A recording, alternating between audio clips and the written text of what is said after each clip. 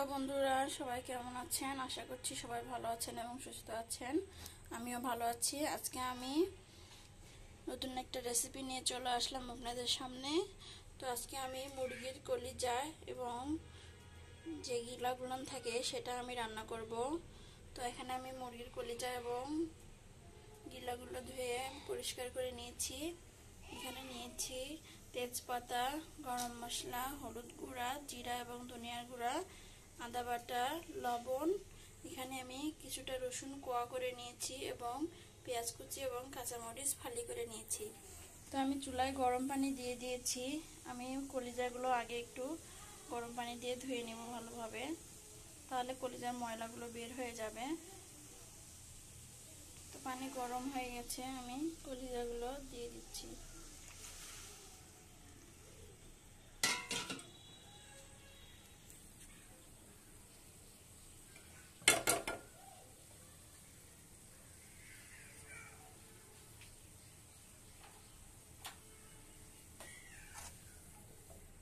দেখুন কলিজা থেকে কত ময়লা বের হচ্ছে।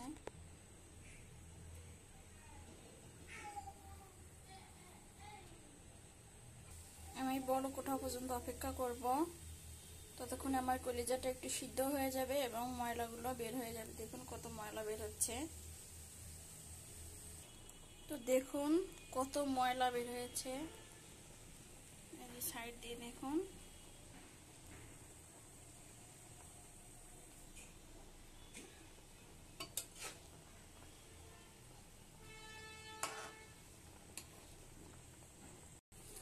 তো আমার কলিজাগুলো সিদ্ধ হয়ে গেছে এবং ময়লা বের হয়ে গেছে। এখন আমি এগুলো ভালোভাবে ধুয়ে পরিষ্কার করে নেব। তো এই যে এখন আমি ঠান্ডা পানি দিয়ে ভালোভাবে ধুয়ে নেব।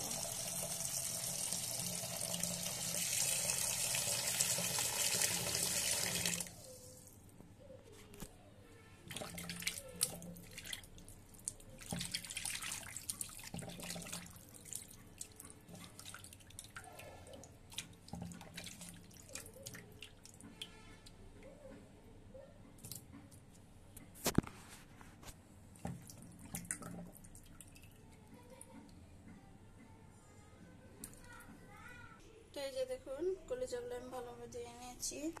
এবার চুলায় আমি কড়াইটা ভালোভাবে পরিষ্কার করে বসিয়ে দিয়েছি। দিয়ে দেব তেল,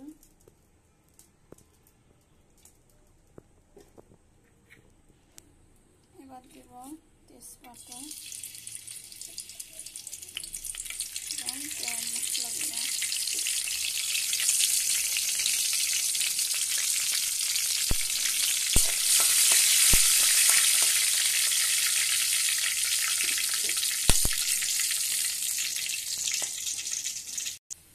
এবার আমি দিয়ে দেব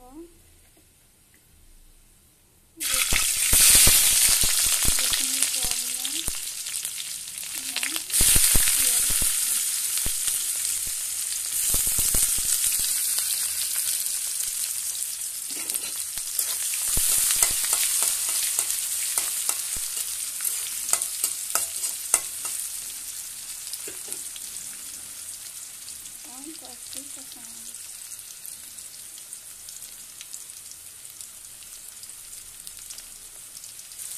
এবার এগুলোকে ভালোভাবে ভেজে নেব।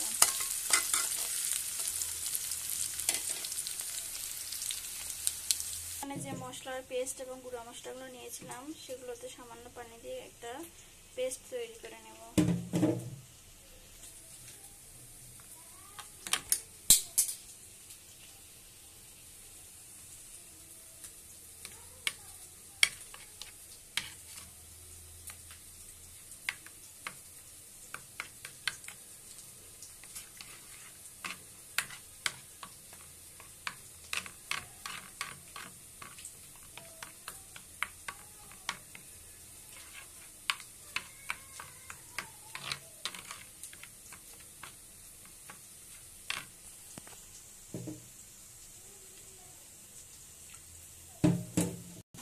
এই যে পেঁয়াজগুলো ভাজা হয়ে গেছে, আমি এখন মশলার পেস্টটা দিয়ে দেব।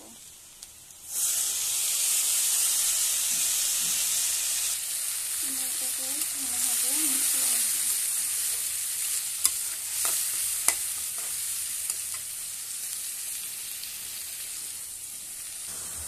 সামান্য গুঁড়া মরিচ দিয়ে দেবো।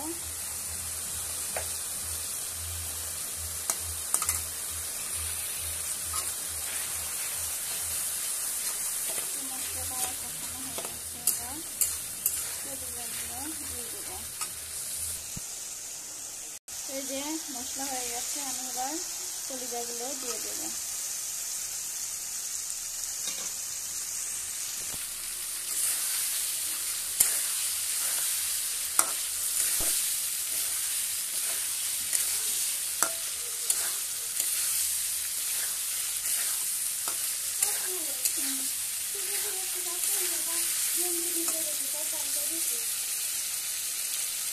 আমি ভালোভাবে কিছুক্ষণ কষিয়ে রান্না করে নেব।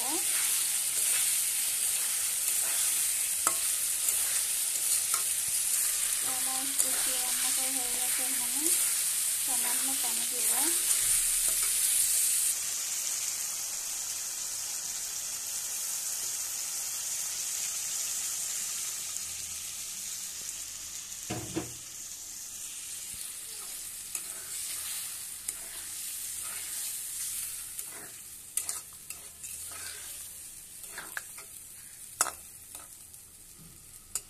আমি কিছুক্ষণ পর ফিরে আসছি, ততক্ষণে আমার রান্নাটা হয়ে যাবে।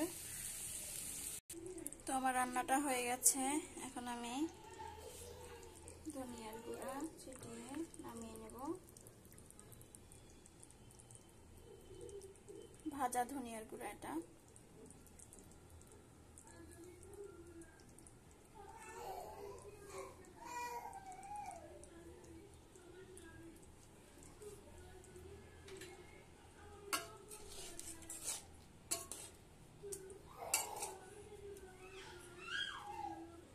তো এই যে দেখুন কত সুন্দর হয়েছে।